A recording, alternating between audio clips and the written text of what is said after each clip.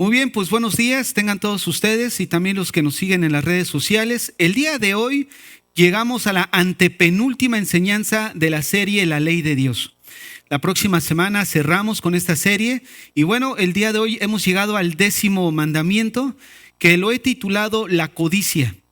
Este mandamiento tiene que ver precisamente con este tema acerca de la codicia. Abran su Biblia en Éxodo capítulo 20, verso 17.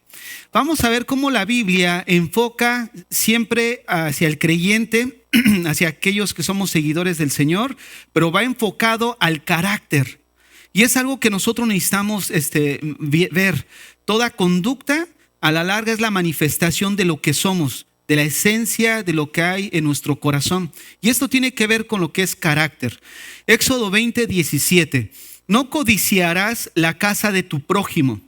No codiciarás la mujer de tu prójimo, ni su siervo, ni su criada, ni su buey, ni su asno, ni cosa alguna de tu prójimo. Ahora, el mandamiento gira en torno a una palabra que es no codiciar. La pregunta básica que todos debemos de hacernos es, bueno, ¿qué significa codiciar? Para tener un entendimiento más claro de lo que se refiere a este mandamiento. La palabra codiciar se refiere a una ambición desmedida. Pero quiero enfocar aquí que se refiere a una ambición desmedida por las riquezas particularmente. Se refiere a un deseo de tener poder, de tener dinero y de tener bienes materiales. Si nosotros observamos el mandamiento otra vez en el verso 17, dice que no codiciarás a tu prójimo, ni a la mujer de tu prójimo, ni a su siervo. Observen esto, ni a su siervo, ni a su criada, ni a su buey, ni a su asno, ni cosa alguna. Quiero preguntarles, ¿cómo medían la riqueza en los tiempos de Moisés? ¿Cómo se medía, por ejemplo, la riqueza en los tiempos de Abraham? Si no había instituciones bancarias donde almacenar todos sus bienes o todo su dinero, hablando monetariamente. Medían su riqueza a través de todas las posesiones que tenían. Y eso tenía que ver con los siervos y siervas. Cuando nosotros leemos acerca de todo lo que gira en torno a la vida de Salomón, menciona siempre que tenía muchísimos siervos, muchísimas siervas, muchísimas mujeres incluso, porque tener algo de prestigio en esa época, y muchísimas propiedades. De esa manera era un registro porque estaban midiendo la riqueza de él. O sea, era para ilustrarnos qué tan rico era. Entonces, este versículo va enfocado a eso. Cuando mencionaba que la codicia va específicamente a un deseo desmedido por las riquezas, es porque el mismo versículo, hablando en el contexto cultural, nos enfoca a las riquezas del prójimo. O sea, no tener la envidia, no codiciar, no las riquezas específicamente. No quiere decir que no, pues yo qué le voy a andar codiciando la sierva o el siervo o los bienes. No, es que eso significaba o simbolizaba las riquezas. Entonces no perdamos de vista eso, porque si no perdemos la esencia de lo que significa el texto. Entonces la codicia se refiere a esa ambición desmedida. Por eso vuelvo a repetir, el texto hace mención acerca de la sierva, del criado, del buey, del asno y de toda cosa alguna, porque de esa manera medían la riqueza. Ahora, otro punto que nosotros vemos aquí es que la codicia es un efecto que va más allá de un deseo normal. Y es aquí donde también quiero puntualizar. La codicia habla de un deseo desmedido. No pierdan de vista eso, porque la codicia tiene que ver con el deseo que surge en el corazón del hombre, pero en ese deseo hacia algo que ya es desmedido, que se convierte en un anhelo desenfrenado del corazón. La codicia se manifiesta por un deseo precisamente que es desmedido por las cosas, aún sin ser necesarias. Cuando hablamos de codicia, estamos hablando de una actitud que hay en el corazón. Y si es una actitud que alberga el corazón, en la mayoría de los casos, solamente Dios puede ver esa actitud en el corazón. Porque solamente Él conoce las intenciones de nuestro corazón. Entonces, quien padece de codicia, esa persona de alguna manera busca conseguir lo que ansía, por cualquier medio, no importando si es necesario perjudicar a otras personas. Tanto es el deseo desmedido que hay en ese corazón. Miren, una de las cosas que nosotros también necesitamos observar es que cuando hablamos de esta codicia, ¿cómo opera la codicia? O sea, ¿cómo se lleva el proceso interno en la persona que tiene esta actitud del deseo desmedido? Porque estamos hablando de un deseo, pero vamos a ver más adelante que desear en cierta manera no es pecado. Estamos hablando de un deseo que rebasa el límite de lo permitido. Todos nosotros deseamos algo. Tú deseas a tu esposa, es algo permitido. Pero desear a la mujer de tu prójimo ya es un deseo que rebasa algo que no está en el límite. Entonces, el hecho que tú desees algo, deseas una casa sanamente, un mejor trabajo, todo eso es sano. Pero vamos a ver cuál es la medida. Porque muchos pudiéramos decir, bueno, a lo mejor el codiciar o el desear es algo que yo no pueda obtener. Y déjenme decirles algo, que el deseo de codicia no significa que algo que tú no puedas tener. La mayoría de los codiciosos tienen lo que desean. El problema es que es un deseo sobre algo que ya no está dentro del límite que Dios establece. Entonces es lo que vamos a ir estudiando. ¿Cómo se lleva este proceso en el interior? Toda ambición desmedida comienza provocando un deseo desenfrenado que empieza a acaparar la mente de la persona. Empieza con un deseo que empieza a gobernar la mente, empieza a gobernar y a controlar también el corazón y comienza a convertirse en lo que es una obsesión totalmente desmedida. O sea, ya está tu mente controlada por ese objeto, esa cosa, aquel objeto de deseo. Y aparte comienza a gobernar también tu corazón.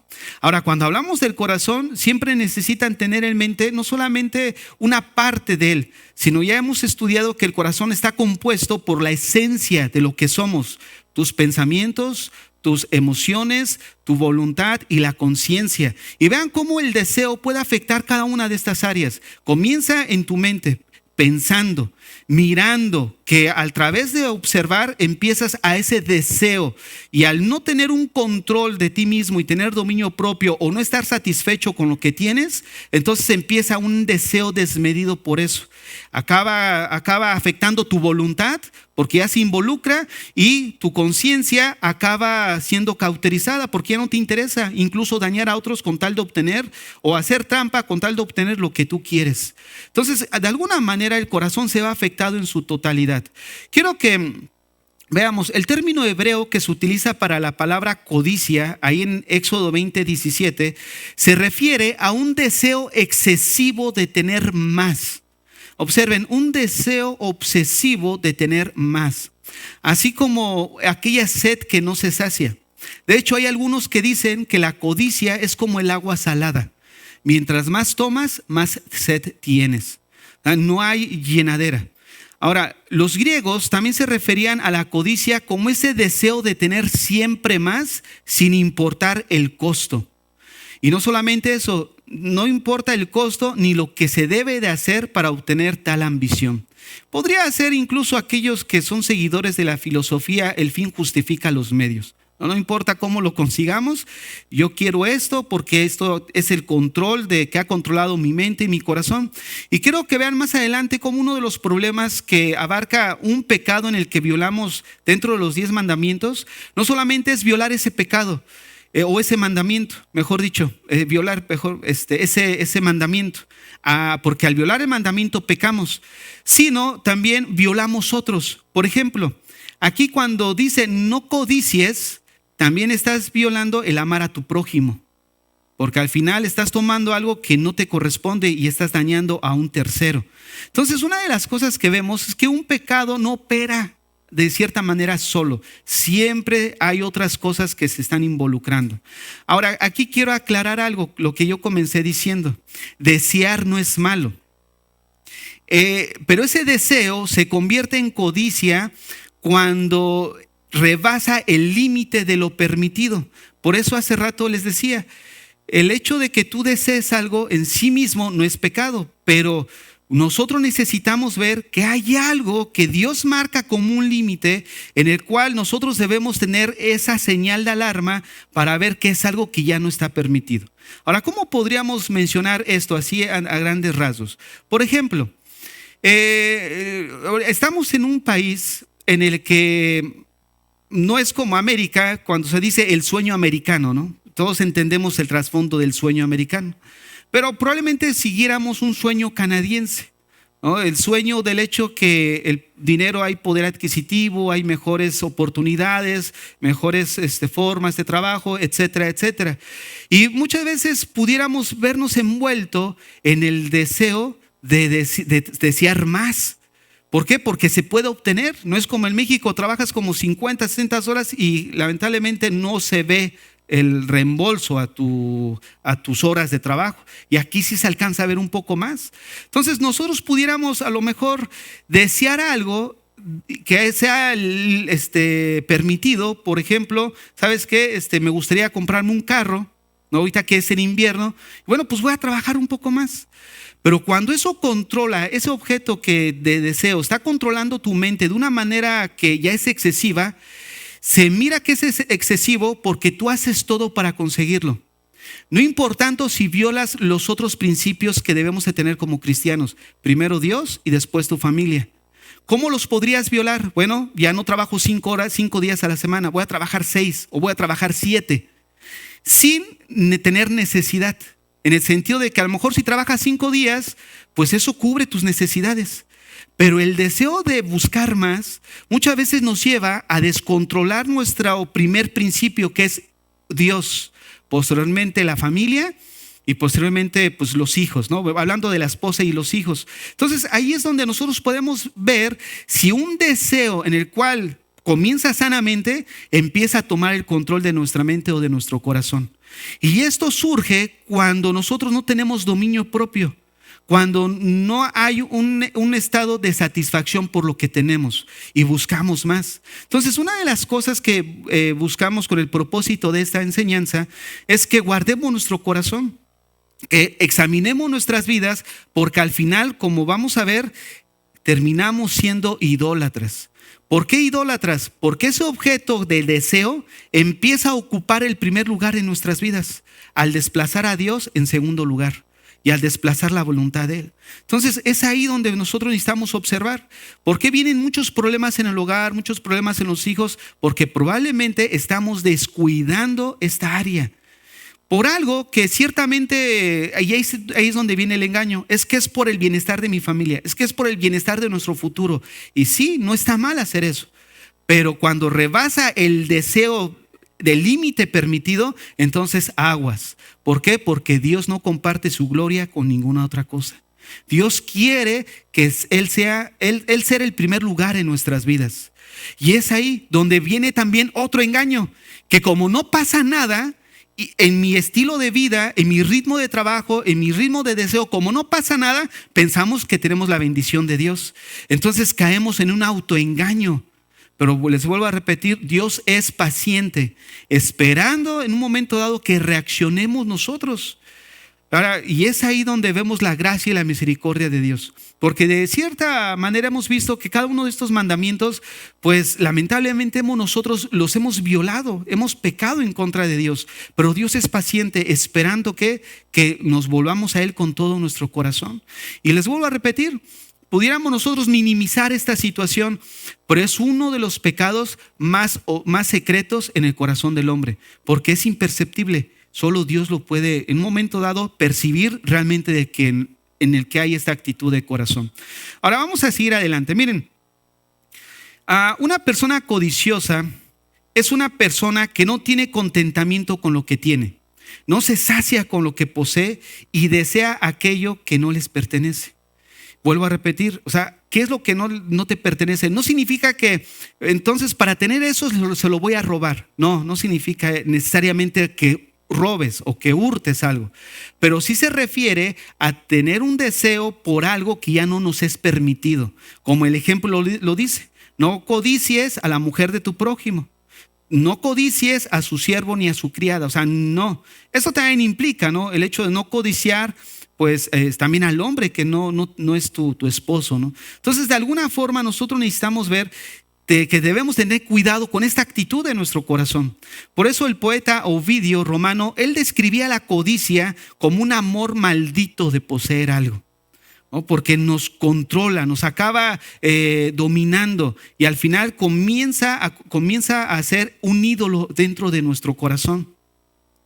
Ahora, aquí cuando hablamos de la codicia, me estoy refiriendo a un deseo también con la motivación equivocada de tener lo que ya no nos es lícito a nosotros tener. Les voy a poner un ejemplo de todo lo que acabo de explicar. Vayamos en nuestra mente al huerto del Edén. ¿Qué pasó con Adán y Eva? O sea, ¿cuál fue la tentación? ¿Cuál fue la tentación que se les presentó? Ser como Dios, ¿no es cierto? Ahora, en primer lugar, pues era imposible que ellos fueran como Dios. Eso era imposible. Sin embargo, el deseo fue a buscar algo que no les estaba permitido tener ni desear. ¿Cuál? El ser como Dios. No solamente porque no era imposible que ellos se convirtieran en dioses, sino aparte es algo que no les era permitido. Entonces, una de las cosas que nosotros vemos en el mandamiento, como hace rato decía, es no desear, un ejemplo más claro, a la mujer de tu prójimo, ¿no? O a un hombre que no sea tu esposo. Entonces, una de las cosas que vemos en este deseo desmedido en el corazón de una persona que está codiciando algo, es que se refiere a ese deseo que le es prohibido, en el sentido de que no te corresponde ya desear. Ahora estoy siendo un poco repetitivo porque quiero que penetre en nuestro corazón esta idea clara. Porque, vuelvo a repetir, no es malo desear, pero cuando rebasa el límite de lo permitido, entonces ya estamos en la codicia. Este pecado es algo que a todos nosotros como cristianos somos susceptibles o estamos expuestos a caer. Les voy a poner un ejemplo. Vayan al Salmo 119, verso 36. Salmo 119, verso 36.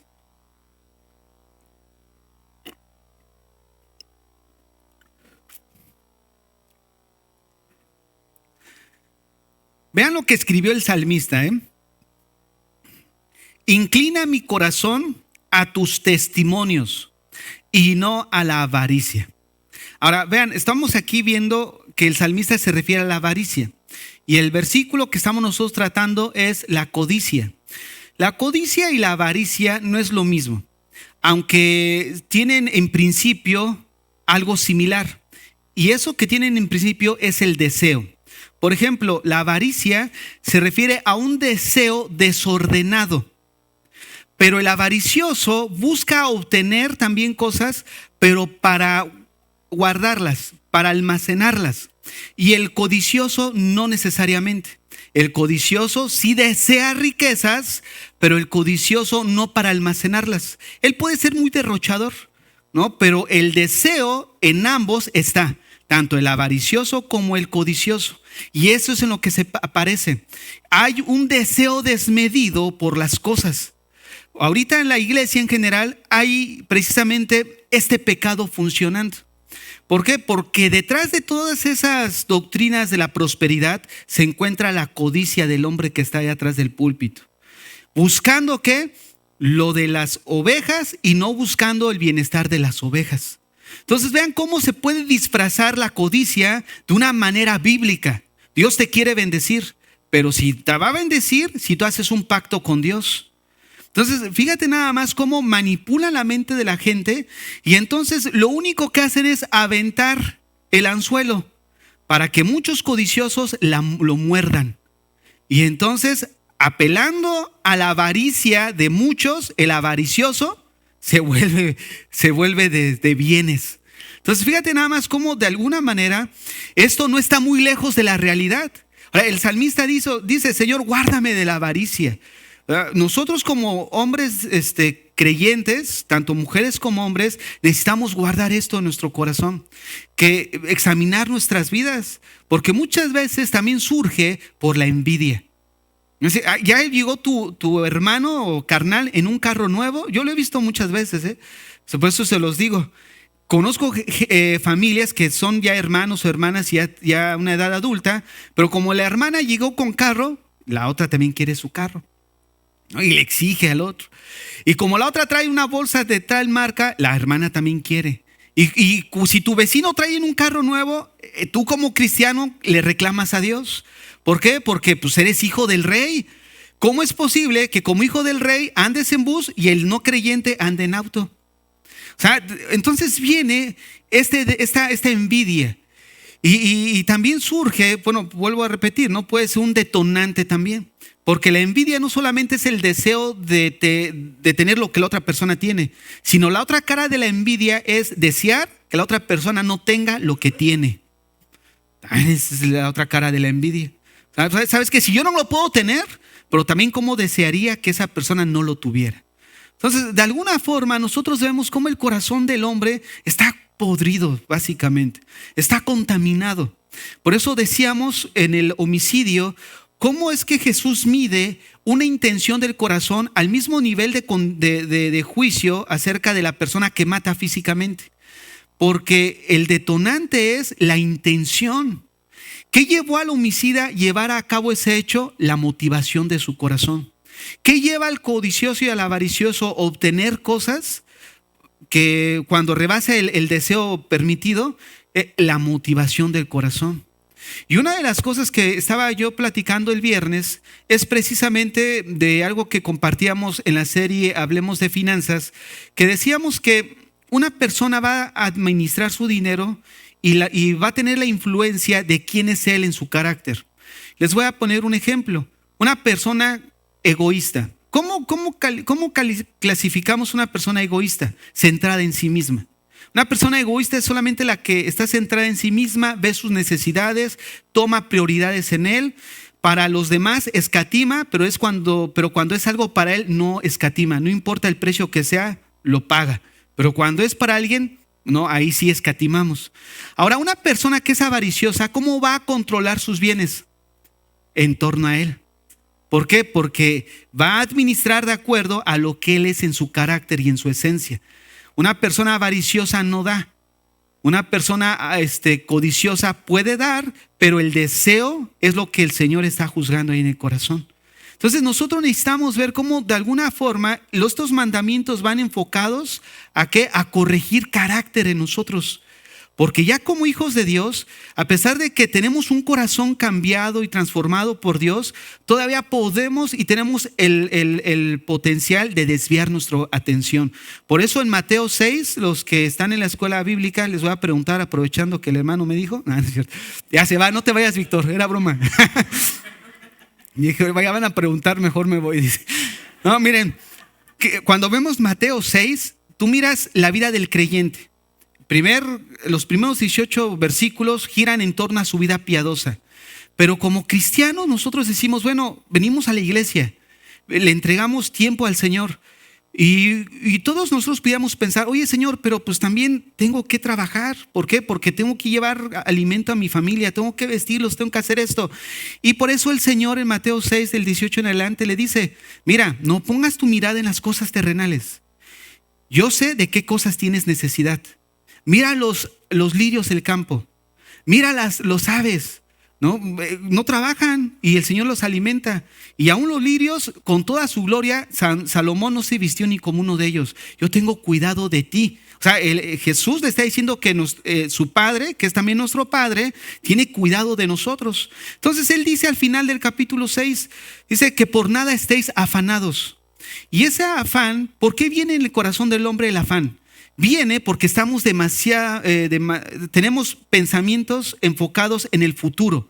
O sea, estamos pensando demasiado en el futuro, en el porvenir. Por eso el estrés el estrés o la ansiedad significa mente dividida. ¿Por qué mente dividida? Porque tú estás pensando, ¿y qué va a pasar mañana? ¿Podría yo hacer esto y va a salir esto? ¿Podría yo hacer el plan B y va a salir esto? Entonces hay mente dividida en el sentido de si hago esto o hago B o hago C, surge esto, esto y esto. Entonces el fin es de que estás pensando demasiado en eso. Y el Señor te dice, cada día tiene su propio afán. Yo les decía que los soldados romanos muchas veces se les pagaba con sal.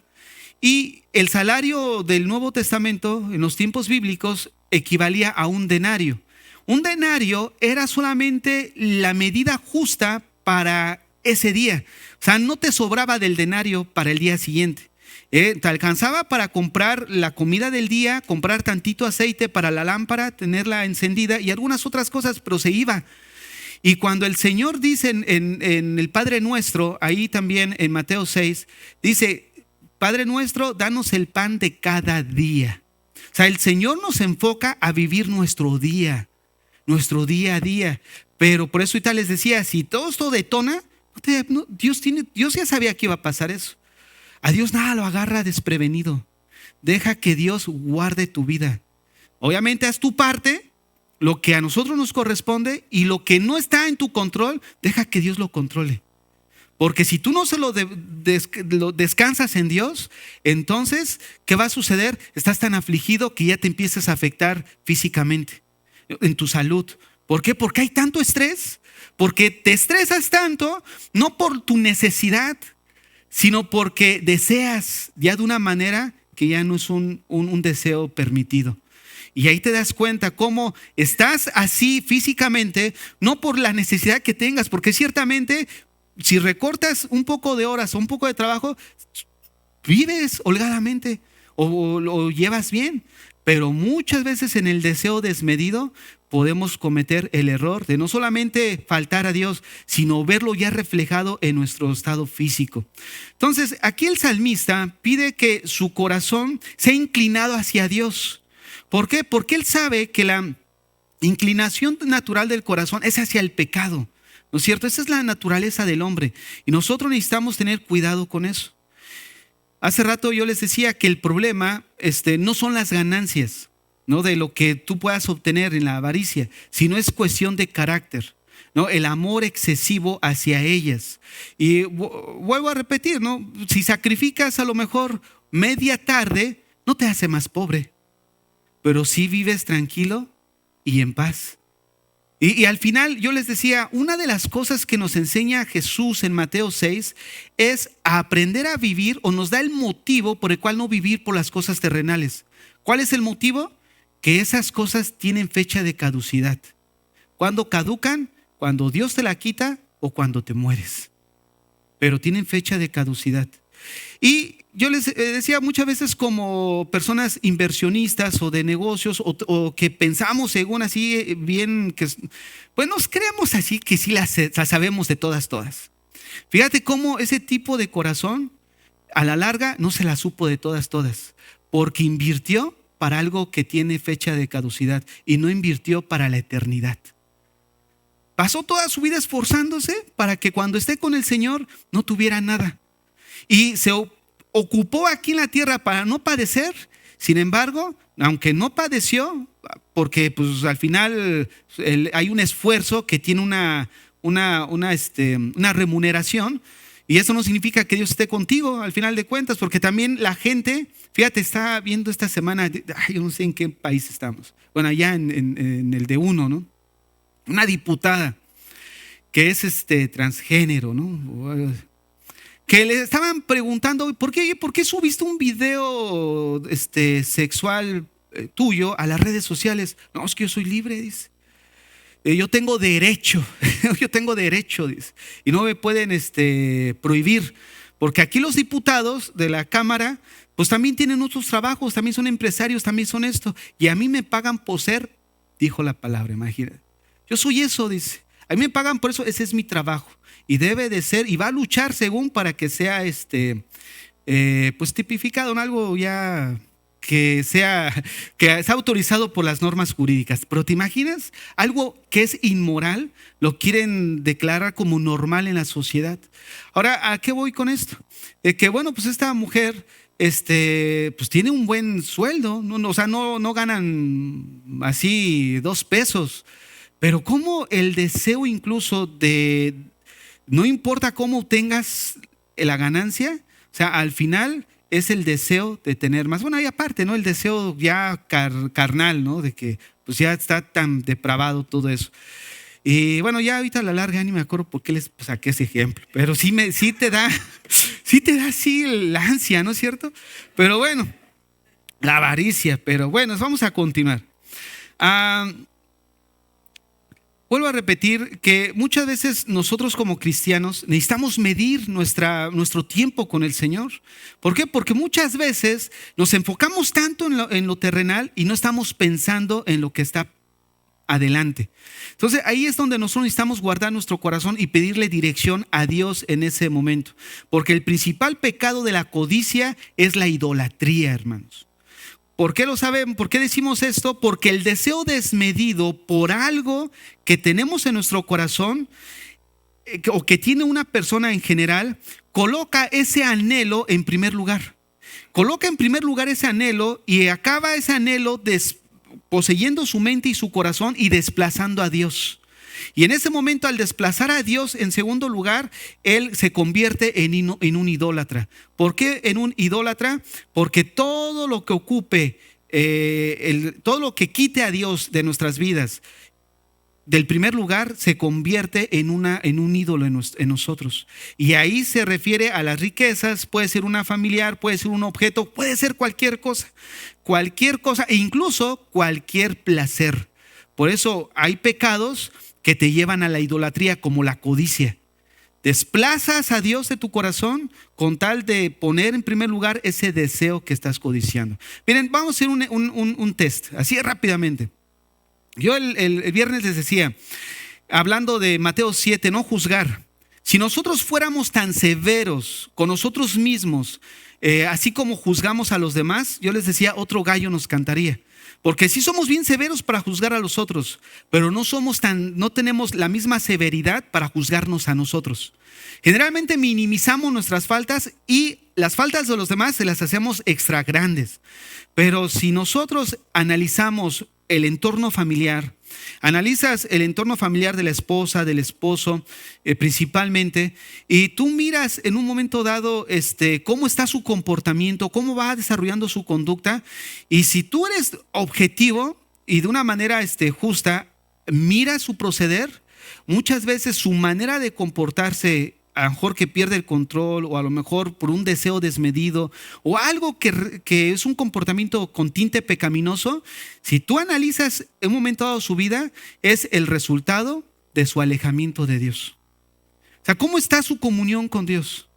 Su comunión con Dios muchas veces, al no estar de una manera desarrollándose de una manera sana, se ve reflejado en su conducta, se ve reflejado incluso en cómo reaccionamos, ¿no? Y es ahí donde nosotros necesitamos mirar.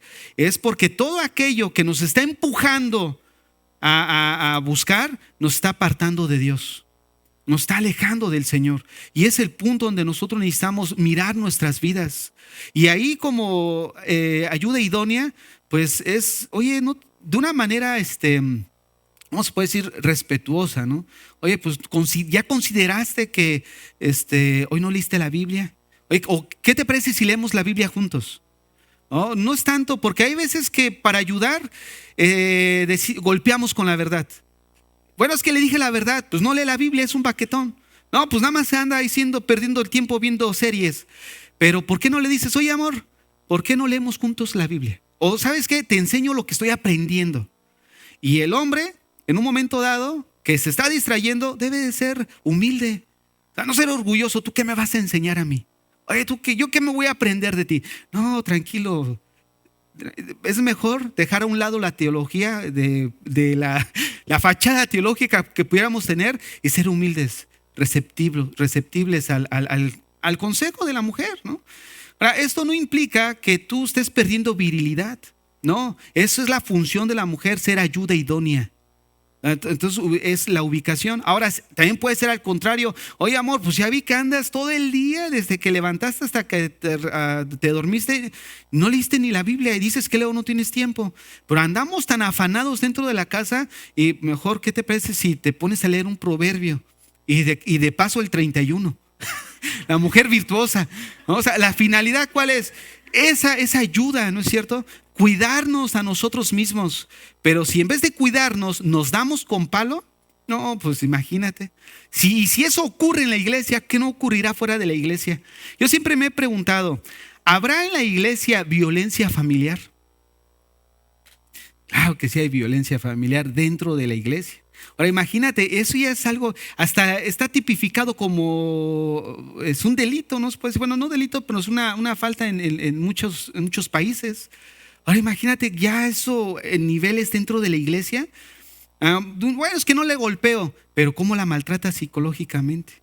¿No? Oye, es que yo cuido a mis hijos, pero ¿cómo los maltratamos también? La próxima semana vamos a hablar un tema que va a ser muy interesante acerca de cómo la vida piadosa de nosotros va a influir mucho en la vida de nuestros hijos. Vamos a tratar eso, cómo muchas veces nosotros damos una apariencia de piedad, pero ¿saben? Si hay alguien que nos conoce bien, incluso muchas veces un poquito igual o más que la mujer, son nuestros hijos. Yo puedo venir aquí con una cara de piedad y parecer el hombre más santo, ¿no? de la tierra, pero mi hijo que está sentado ahí realmente sabe quién es su papá. ¿Por qué? Porque él sabe cómo reacciono yo en casa, él sabe cómo yo me conduzco en casa. Entonces, al saber cómo soy yo, y si yo le digo, oye, va a la iglesia, ve al otro, lo único que le estamos dando es una religión. Por eso decimos, oye, pues que no va a la iglesia. Bueno, y le echamos la culpa al hijo, pero bueno, ¿y tú? Háblame de ti. ¿Cómo estás presentando el evangelio? ¿Cómo estás presentando el cristianismo? ¿Como una religión o como una relación personal con Dios? Por eso les decía la semana pasada que cuando nosotros de alguna manera reconocemos muchas veces ante ellos que obramos mal, eso es presentarles un cristianismo real. Porque el ser cristiano no significa ser perfecto. Pero cuando nosotros venimos con esa carátula externa de no, soy perfecto como padre, soy esto, yo no me equivoco, tú no debes hacer esto, estamos mal. ¿Por qué? Porque le estamos dando una apariencia que no es real, porque Él sí no nos conoce. Él sí sabe que eres bien mentiroso. Él sí sabe que eres bien flojo. Tú sí quieres que Él estudie, pero tú ni siquiera te has aprendido el bosquejo de Mateo del 1 al 9. No, o sea, imagínate. Imagínate, no, eso ya es el colmo. Pero bueno, vean el Salmo 73 del 1 al 3. Salmo 73 del 1 al 3. Vean un ejemplo de un hombre que no era cualquier hombre. Era un salmista, una persona que su función principal era dar la alabanza al Señor en el templo, en el templo. Vean, Asaf en el Salmo 73 del 1 al 3 dice, ciertamente es bueno Dios para con Israel, para con los limpios. Estaba riendo, me contagian la risa, hermano. Ciertamente es bueno Dios para con Israel, para con los limpios de corazón. En cuanto a mí, casi se deslizaron mis pies, por poco resbalaron mis pasos, porque tuve envidia de los arrogantes, viendo la prosperidad de los impíos. Hace un tiempo me contó una hermana que iba a una iglesia y estaba en tiempos de lluvia, más o menos así. Cuando llegó a la reunión, llegó todo mojado. Dice, no es posible, dice. ¿A ustedes no les da envidia que ellos sí tengan carro, los incrédulos, y nosotros no? Y ella se quedó así pensando que era broma, ¿no? Pero no, dice que sí lo había dicho en serio. ¿En serio dijo eso? Sí, dice, andaba todo enojado que por qué los incrédulos sí andaban en carro y él que era cristiano y sobre todo pastor, andaba ahí mojándose. ¿Te imaginas nada más? Miren, cuando nosotros vemos así a esos personajes, así que en el YouTube, de predicadores que pues ya tienen una carrera ya hecha, se puede decir en el ministerio que ya llevan un tiempo, y tú los miras a lo mejor que aparentan como que pues no les falta nada, pero no iniciaron así. Ahí hay historias de pastores que para mantener a su familia los mantenían con lo que pescaban ahí en Acapulco, ¿no? Otros que a la larga, y si les voy a decir quién está. Armando Alducin comenzó así, cuando se fue de misionero a la sierra de Guerrero, o sea, no tenía nada. Y dice que para darle de comer a su familia tenía que ir a pescar, y de lo que pescaba les daba de comer a sus hijos. Y cuenta una historia donde hace tiempo lo invitaron a una campaña evangelística. Y fue a la campaña evangelística, pero dice él que no tenía dinero, no tenía nada, dice. Solo tenía los últimos 50 de gasolina. Le echó a su carro gasolina y se fue en una camionetita, dice, que yo dije, andábamos por fe. Y llegaron al lugar de la campaña. Termina de predicar, dice, bueno, hermanos, pues ya terminó, ya me voy. Dice, y yo pensando, que bueno, pues me van a dar una ofrenda o algo. Dice, no me dieron nada, dice. Y no era por lo que le dieran, sino dice, ¿y ahora cómo me regreso? Tuvo que vender sus zapatos para poder pagar la gas y otra vez regresarse. Imagínate nada más. Y yo lo digo porque muchos cuando lo veían llegar, decían, no, es que Armando, mira cómo presume lo que tiene, pero en realidad no inició teniendo eso. Comenzó no teniendo nada. Y así vemos también a un pastor Chuy Olivares que no tenía ni para pagar su seminario. O sea, de una manera milagrosa alguien le pagó su seminario que ni siquiera saben quién fue. Entonces, vemos nosotros que nosotros como creyentes, el hecho de que no tengamos no significa tampoco de, ay, pobrecito. Pobre, ¿y ahora qué va a hacer de mí? El Señor ni siquiera se acuerda de mí. ¿Y ahora qué va a hacer? No, hermanos, no caigamos en la autolástima. Nosotros somos hijos de Dios. Y si en un momento dado estás pasando por una situación que tienes necesidad, mira, descansa en Dios. Descansa en Dios. Y te lo digo por testimonio. Nosotros aprendimos a hacer todo tipo de guiso con papas. Tacos de papas, tacos de todo hicimos, puré de papas y por mucho tiempo. Cuando comenzamos en la obra de la iglesia, hasta hace poquito fue cuando me empezaron a apoyar, porque nunca me apoyaron, no porque no quisieran, bueno, unos que sí no querían, pero miren, aparte no había las posibilidades, ¿no? Entonces resulta que yo trabajaba tenía un trabajo donde pagaba lo mínimo. Eran como $320 la semana, 340 máximo. Y había trabajo el domingo, porque como trabajaba con judíos no trabajaban los sábados. Entonces me decían, oye, el domingo vente. Yo decía, el domingo, si yo trabajo son 420, ¿no? Con eso más o menos la libro y eso. Y dije, pero el domingo tengo servicio. No, ¿sabes qué? No. Oye, pero no. Y yo sabía que tenía necesidad. Pero yo me iba a Laval allá a predicar el evangelio. Y ya, sí, una vez ya con este cierro mi testirrollo, resulta que íbamos a la sala a dar un estudio. Y esa vez no teníamos nada, hermanos, de verdad. Y le íbamos, los niños, como están chicos todavía, no teníamos ni para la leche. Y decía mi esposa, ¿qué hacemos? Le digo, mira, vamos a estar el estudio y ya después vemos qué hacemos. Vamos ahorita a lo que tenemos que hacer. Bueno, y ahí vamos, embarco a todos y vámonos. Y estando en el estudio termino. Y yo veía a una hermana así como ansiosa. Se me quedaba mirando. Yo dije, híjole, ¿y ahora qué? No, yo dije, ¿y ahora yo qué hice? ¿No? ¿O qué pasó? Se me quedaba mirando y me dice, ¿sabes qué, hermano? No aguanto, dice. El Señor ha puesto en mi corazón que yo le dé esto y me da $20 para la leche del niño. Fíjate. Pero nosotros no buscamos en cierta forma lo que ustedes puedan dar, sino buscamos realmente el beneficio de los hijos de Dios, que crezcamos al carácter de Dios, porque al final todo esto se va a acabar, todo esto no rinde. Y yo me he puesto a pensar, no se crean a veces que el enemigo viene y tienda el corazón de uno, y uno todavía se echa más porras, diciendo, pues sí, yo tengo manos, yo tengo capacidad, yo pudiera hacer esto y el otro y aquello, ¿para qué me limito a tal cosa? ¿Para qué padezco ciertas necesidades? Pero cuando descubres que al final todo eso se queda, ¿sabes qué, Señor? Seguimos caminando. ¿Por qué? Porque nosotros, nuestra intención, ¿cuál es? Hacer tesoros en los cielos. Que cuando lleguemos allá, el Señor diga, ¿sabes qué? De los que estaban ahí, se fueron conformando a mi carácter. Buen siervo y fiel, entra al gozo de tu salvación. Pero ¿te imaginas esos avariciosos que están ahorita llenando en sus iglesias, que hasta tienen aviones particulares? ¿Qué cuentas le van a entregar al Señor?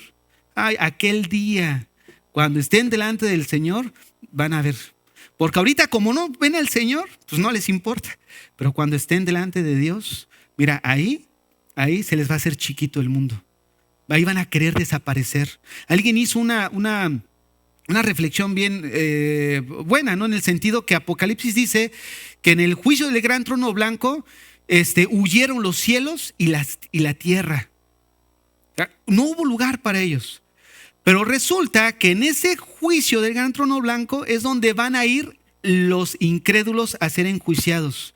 ¿Te imaginas que vaya, por ejemplo, no sé, Pancho López al juicio y de repente va caminando y ve pasar los cielos, ve pasar la tierra y él se queda así como que, y va precisamente a ese lugar de donde ellos están huyendo?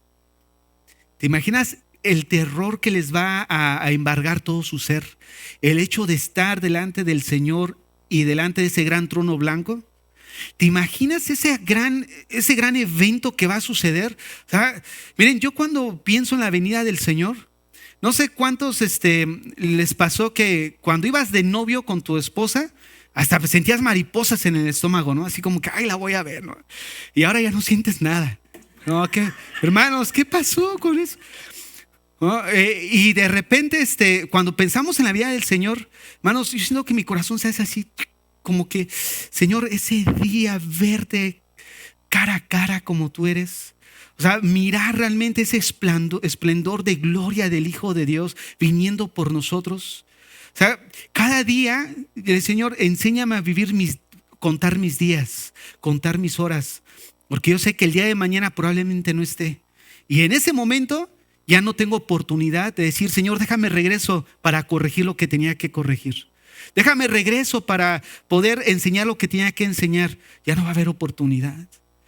Por eso el compromiso que hemos hecho como iglesia es el hecho de hablar la verdad como es, aun cuando nos incomode nuestro corazón. ¿Por qué? Porque es mejor incomodarte ahorita a que te pierdas en el infierno toda la eternidad. ¿Te imaginas?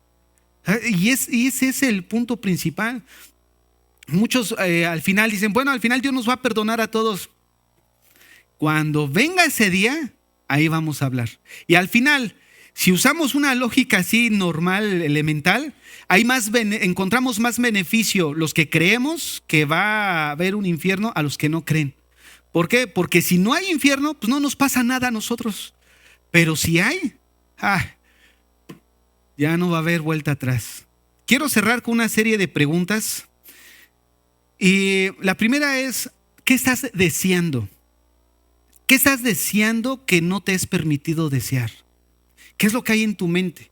¿Qué es lo que está ocupando tu mente? Lo que está gobernando en este momento tu corazón. ¿Qué es lo que está desplazando a Dios en segundo lugar en tu vida? ¿Qué es? ¿Qué es lo que te lleva o te está llevando a ir en contra de la voluntad de Dios? Y déjame decirte algo, tú sabes bien lo que es. Tú sabes bien lo que hay en tu corazón. El asunto es honestidad delante de Él. Señor, aquí está mi corazón. ¿Qué te está llevando a apartarte del Señor? ¿Te encuentras en un estado de contentamiento con lo que tienes? ¿Estás contento con lo que tienes ahorita? ¿O estás reprochando el hecho de que ahorita estás pasando por una situación difícil? Mira, ¿qué dijo Job? Dios dio, Dios quitó. Sea el nombre del Señor bendito. Y esa es la actitud que debemos de tener. ¿No, Señor? Y ¿sabes? Cuando estamos inmersos en esa situación, es ahí cuando realmente se mide de qué estamos hechos. Porque antes de pasar la prueba o la situación difícil, gloria a Dios, amén, aleluya. Sí, Señor, tú diste, tú quitaste, tu nombre sea bendito, pero cuando te quita algo, que tu estabilidad, ¿mantendrás la misma convicción en tu corazón? Y ese es el punto, mantener la misma convicción. Y nosotros, ¿qué necesitamos? Necesitamos pensar qué es lo que está moviendo a Dios de nuestro corazón. ¿Piensas que Dios es injusto por no darte lo que quieres? ¿Cuál es el estado de tu corazón? Ahora déjame decirte algo. Todavía estás a tiempo. Todavía estás a tiempo de limpiar tu corazón. Todavía estás a tiempo de parar lo que estás codiciando, lo que estás deseando y que está rebasando ya el límite de lo permitido. La codicia, la satisfacción, el placer no dura, hermanos. Eso no dura. El pecado nunca va a satisfacer la vida del hombre. Nunca nos va a satisfacer. Es el Señor el único que puede satisfacer nuestras vidas y cambiar nuestro corazón. Por eso en lo que se enfoca Mateo 6 sobre todo es desarrollar una vida en la privacidad. No ser vistos. No buscar el aplauso de la gente, buscar el reconocimiento de Dios. Porque la manera en la que manejamos nuestras cosas, eso refleja el carácter de nosotros. ¿Qué tanto nos estamos reflejando al Señor? Miren cómo son las cosas. Hay tantas personas que están yendo, o tantas otras religiones, que de alguna manera hacen apoyo a sus misiones. Y muchas veces la iglesia cristiana es la que nos se queda corta. Y eso que nosotros decimos tener la verdad, pero es porque muchas veces no hay recursos. ¿Sabes que Dios nos da recursos no para almacenarlos todo, sino también para proveer a la iglesia? Cuando Dios te da algo y tú no das, no solo a la iglesia, no das a tu familiar necesitado, no das a una necesidad o a alguien en particular que está en necesidad, pero sobre todo con la misma familia de uno carnal y la misma familia de la iglesia, Dios va a cerrar la puerta, la ventana de la bendición. ¿Por qué? Porque que no tiene caso que Dios te dé si tú no das. Pero ¿saben qué descubrí? Les quiero pasar eso, que es una realidad. Cuando tú más das, es cuando Dios más te sostiene. Ahora, Él no está obligado a hacerlo tampoco, pero yo sí lo vi. Porque en toda esa etapa que yo les platiqué, que fue unos buenos años, y no por baquetón, porque en realidad pues, estaba más joven, tenía más fuerza en el sentido de poder tener un trabajo fuerte o lo que sea, era el hecho de que fuimos fieles. Yo me acuerdo, bueno, ya se fue mi hija, qué bueno, porque hoy me acuerdo que ella decía, hablando precisamente con su esposo, ahora que se casó con Uriel, decía, mira, yo vi que en el momento más difícil en el que estábamos, mis papás nunca dejaron de dar. Y yo te voy a decir algo, Dios no es deudor de nadie. Ahora, con esto no estoy diciendo, ni quiero meter coerción, porque eso es lo que hacen los falsos, pero lo que yo sí quiero hacer es manejar de una manera equilibrada. ¿Por qué? Porque nosotros necesitamos dejar a un lado toda esa codicia, toda esa avaricia. Sobre todo cuando nacemos o crecemos en un lugar donde hay carencias. ¿Sabes qué es lo que se forma? El hecho de no compartir. Yo tenía esa situación. Si yo tenía 2 carros, yo quería quedarme los 2. Pero cuando el Señor me mostró mi corazón de avaricia, de deseo de tener nada más para mí sin necesidad, entonces ¿saben qué fue lo que hice? Dar el carro, el segundo carro, o compartir la mitad de un pan, aunque me doliera. Y de esa manera fui limpiando y quitando toda esa callosidad, avariento y de codicia. Y toda esa actitud que no es buena en nuestro corazón. Pero si tú esperas, es el día de mañana que yo sienta bonito para dar, nunca va a suceder. Te va a doler las primeras veces. Te va a doler apartarte de aquello que te costó sudor, lágrimas y esfuerzo. Pero en el momento en el que tú das, mira, aprendes a disfrutar. ¿A disfrutar qué? Que te estás conformando cada día al carácter de Dios. Y encuentras un gozo inexplicable en tu corazón. ¿Por qué? Porque estamos alineándonos al carácter de Él. Y eso es lo que quiero enfocar, carácter. Porque al final nosotros siempre hemos aprendido a depender de Dios. En las buenas y en las malas, Él nunca nos ha dejado. Aunque nos hemos visto tentados en tirar la toalla, Él siempre nos ha levantado en los momentos más difíciles. Despidámonos en oración.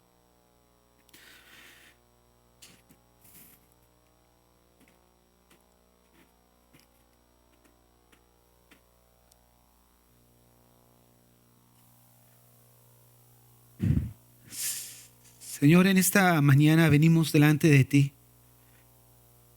a reconocer, Padre, todas esas actitudes que muchas veces albergan nuestro corazón y que es contrario a tu carácter. Señor, estamos tan llenos todavía de situaciones que no son agradables delante de ti. Y en esta mañana, Señor, queremos pedirte perdón por esas cosas. Señor, ayúdanos a bendecir a aquellos que tienen una necesidad. Ayúdanos a dejar de pensar en nosotros, a ser egoístas, a ser avarientos, a ser codiciosos. Ayúdanos, Señor, a mirar a quién podemos bendecir. Porque reconocemos que si tú nos has dado es para ver a quién podemos bendecir, Señor. Señor, danos esa gracia, danos esa capacidad, Señor, de poder darle a aquellos que tienen una necesidad. Señor, queremos reflejar tu carácter a través de nuestras acciones, a través de nuestra manera de pensar, a través de vivir, Señor, de una manera que sea agradable delante de ti. En esta mañana, Señor, levantamos nuestras vidas, nuestro corazón delante de ti, Señor. Que en medio de toda situación en la que pudiéramos estar en este lugar, Señor, en donde nos has traído, en Canadá, Señor, que aprendamos a no olvidar de dónde tú nos has sacado. a que aprendamos a no olvidar aquellos tiempos donde, a pesar de que había necesidad, tú nunca nos dejaste, Señor. A ser agradecidos, Padre, con lo que tenemos, a contentarnos, Señor. Que medio día de trabajo no nos hace más pobres, pero sí nos hace pobres espiritualmente. Señor, que el hecho de que perdamos, Señor, incluso un día de trabajo, Señor, vale la pena, porque estamos haciendo tesoros en el reino de los cielos. Señor, te doy gracias. Gracias, Señor, porque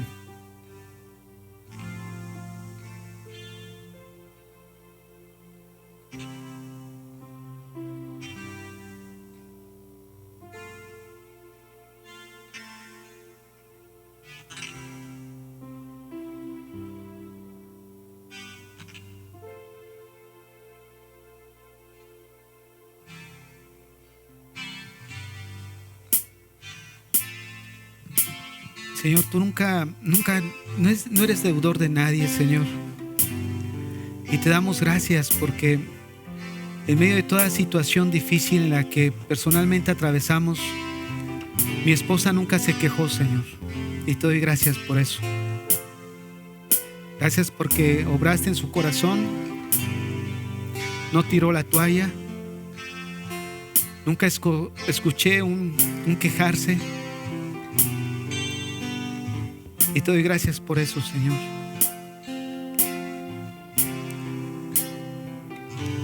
Y ahora nos has traído hasta aquí, hasta este lugar. Queremos solamente hacer tu voluntad, Señor. No somos perfectos, no somos los mejores, pero queremos tener el deseo de servirte, Señor. Junto con esta iglesia, Padre, estos hermanos que tú has traído. No queremos limitarnos a estas 4 paredes. Dinos, Señor, a dónde ir. Enséñanos, Señor, cómo extender el reino en este lugar en el que nos has puesto, Señor. Yo tengo fe. Que a ti sea toda la gloria y toda la honra, Señor. Que a ti sea toda la gloria, Señor. Ponte de pie ahí donde estás. Vamos a adorar al Señor. Vamos a adorar al Señor.